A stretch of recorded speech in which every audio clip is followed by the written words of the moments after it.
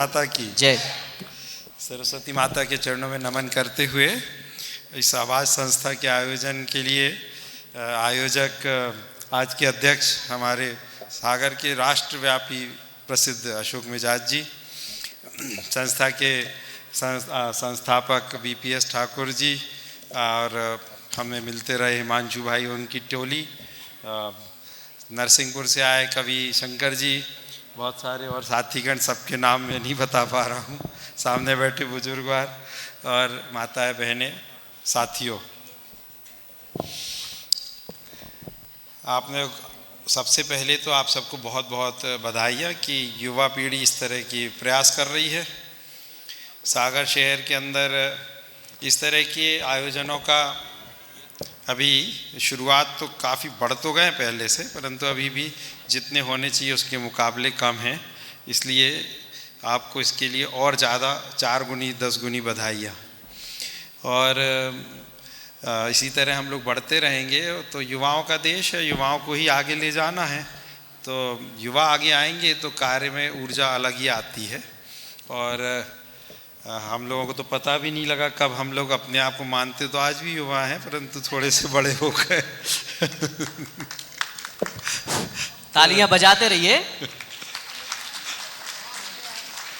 आज के इस समय में अभी भाई साहब अशोक भैया कह रहे थे कि आप लोग प्रासंगिक भी रहें साहित्य में, तो उस विषय पे हम थोड़ा आपका ध्यान ले जाएंगे कि आज के युवा के लिए दुनिया भारत की ओर देख रही है। और भारत की पुनः एक स्थिति क्या है कि भारत में 52-53 करोड़ युवा है। आपकी जानकारी में होगा विश्व का सबसे ज़्यादा युवा देश भारत है इस समय। तो 52-53 करोड़ युवा में से 17.5 करोड़ नौकरियां हैं इस देश में, और बाकी के 37 करोड़ लोगों के लिए काम नहीं है।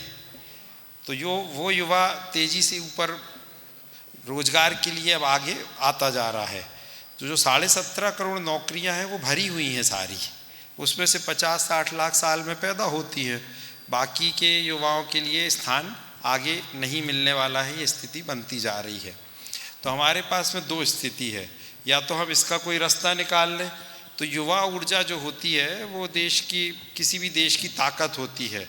तो जो भारत का आज पूरी दुनिया में डंका बजाते अपन घूम रहे हैं, उसका सबसे बड़ा कारण ये है कि भारत में युवा सबसे ज़्यादा है, इसलिए विश्व पूरा अपनी देश की ओर देख रहा है।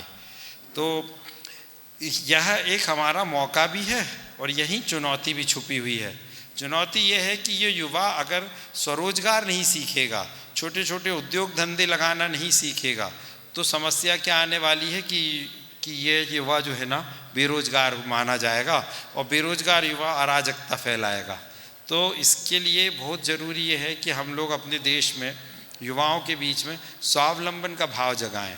हमारे देश में एक त्रुटि क्या हो गई कि हम प्रथम नौकरी मानने लगे। पहले हमारे देश में उत्तम कृषि, मध्यम व्यापार, निम्न चाकरी होती थी।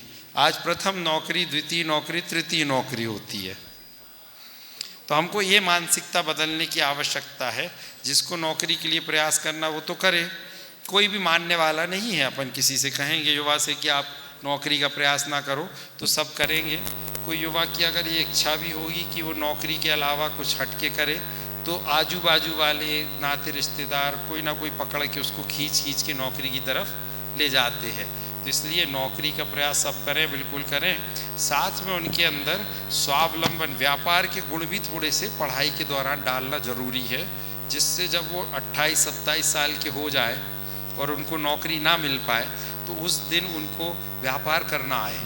ऐसा ना हो वो पढ़े लिखे बेरोजगार बन जाए।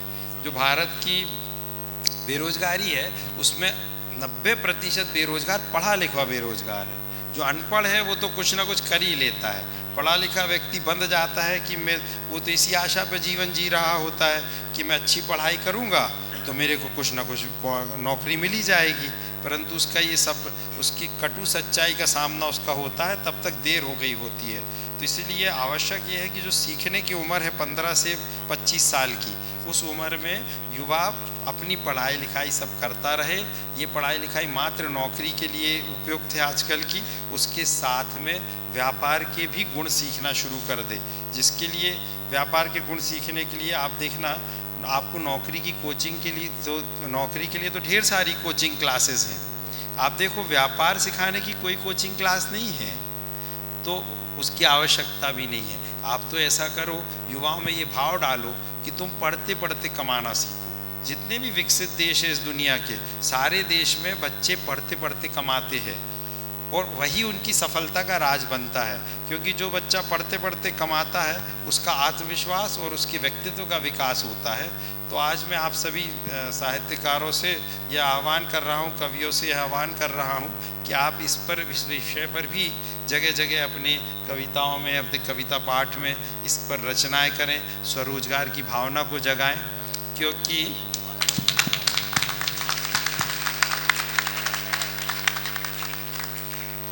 एक तो ये हमारे देश की आवश्यकता है, दूसरा आप यह भी बताएं कि स्वरोजगार के लाभ कितने हैं।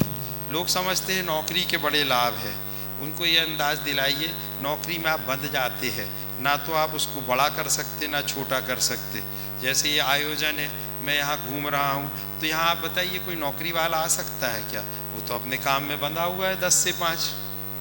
उसको नौकरी वाले व्यक्ति का ट्रांसफ़र होता है, उसको अपने परिवेश से छोड़ के दूसरी जगह जाना पड़ता है। सबसे अच्छा जीवन इस दुनिया में पूरी रिसर्च करने के बाद ये निकला है, सबसे अच्छा जीवन उसका होता है जो अपने घर परिवार परिवेश के साथ रह पाता है। तो ऐसी व्यापार कार्य ऐसा होना चाहिए जिसमें आप अपने घर परिवार के साथ रह सके। वो घर परिवार से दूर होते हैं तो अपने सारे संस्कार विलीन हो जाते हैं। यह समस्या बनती है कि बुजुर्ग घर में पड़े हैं और युवा अमेरिका में कहीं पुणे में नौकरी कर रहा है। तो यह इस नौकरी के कई नुकसान हैं जो छुपे हुए हैं, बताए नहीं गए और महिमा मंडन नौकरी का किया गया।